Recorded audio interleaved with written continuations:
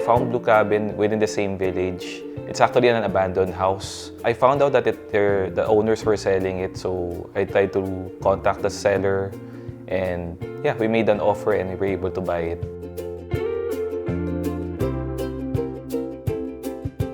Hi, I'm Jay. I'm an IT professional and I'm the owner of Blue Cabins of Cabin Dreams.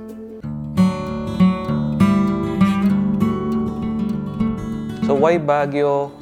We've been visiting Baguio at least once a year, 1 or 2 times a year, ever since I think SLEX or TPLEX opened. We bought the second house because it's a good investment for us. Coming from the experience of buying our first house in Baguio, it was really a good investment as well.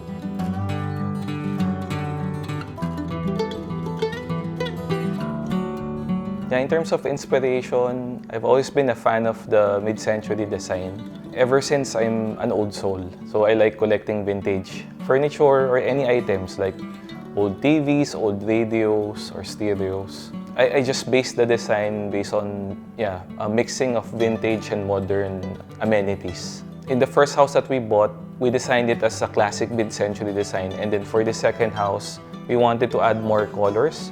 So we put in a mix of green, orange, and even the exterior of the house is color blue, right? So we wanted it to be more colorful. The lot size is around 300 square meters and the floor size is around 180 square meters.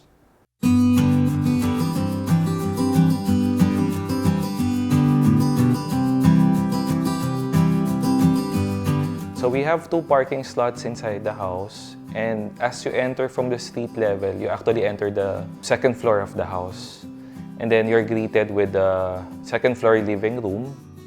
And then most of our furniture that you can see there are mostly vintage. Some are thrifted from Japanese vintage stores. The local ones are Nara wood, made of narrow wood, made from about 40-50 years ago. And the balcony where you can see a nice view of the mountains. And then at the second floor, we also have 1 bedroom there, together with a complete bathroom.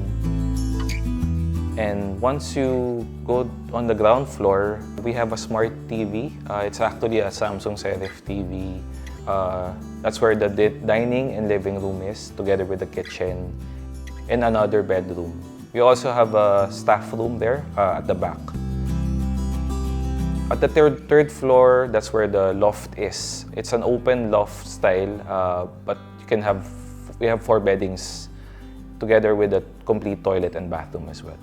And then if you go back at the house, that's where the garden is. So there's an outdoor dining area there, and if you go down, there's also a fire pit area where you can have your bonfire at night. When we bought the house, it has been abandoned for about 3 decades.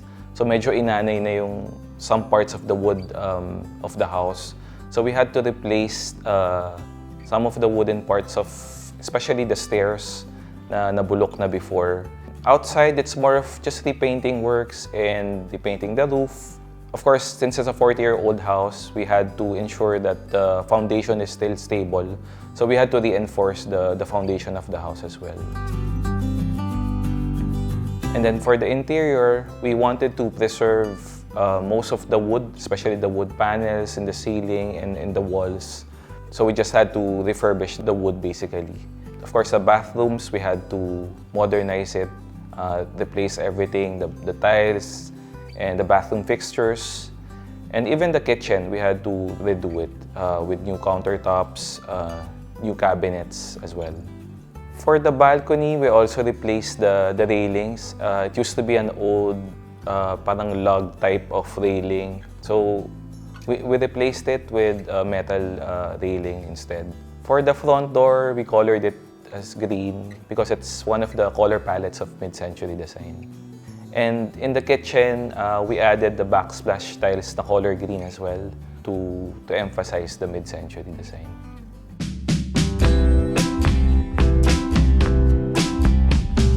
So I'm a big fan of A-frame houses. I even bought a book about it. It became popular back in the 50s and 60s. Now in the Philippines, it's gaining popularity as you see from other cities like sa Bulacan or even Tagaytay. Marami nag-sprout up na A-frame. But this house itself, it's built back in the 80s. I think it's one of the original A-frames in the country with the use of pine wood.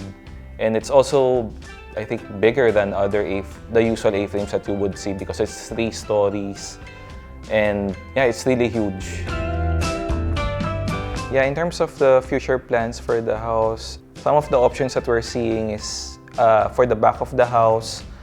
As you see from the garden, there's still a lot of potential maybe to do landscaping or add more trees or flowers at the back. The other thing that I'm thinking of, maybe put in a guest house. So there's more bedrooms that can be added if there are more guests for the house. So in terms of challenges, well, the house has been abandoned for about 2 decades. In terms of electricity, it got disconnected from the service provider. So it took some time na ma-reconnect yung electricity of the house. And somehow the contractor had a hard time, working because there's lack of electricity for a few months. And aside from that, we live in Pasig, we're from Manila, so we have to monitor the progress of the construction or the renovation very far away. So we only had time to visit every other month to go up and monitor the progress of the house. So despite being far away from the renovation of the house, we have a lot of trust with our contractor, given this is our second renovation with him. It's very important you have a trust with your contractor to be able to see that progress is happening with your house.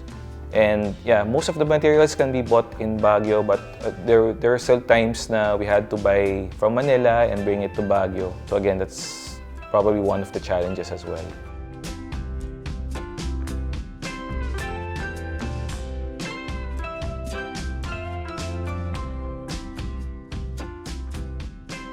I think it's important to research about the property itself, make sure that it's safe. Especially in Baguio, right? There's a lot of landslides, so make sure that the property or the lot itself is very safe and away from the landslides. So when looking for your vacation house, don't rush into buying it. Always research first and look at different properties before making a decision.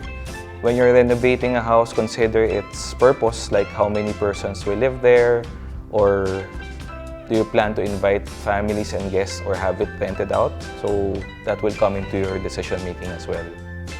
Yeah, if you like to experience a vintage themed house with modern amenities, try the Blue Cabin.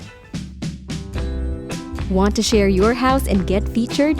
Email us at stories.onlygood@gmail.com and tell us about your interesting home story. For more videos like this, subscribe to OG and be part of the community.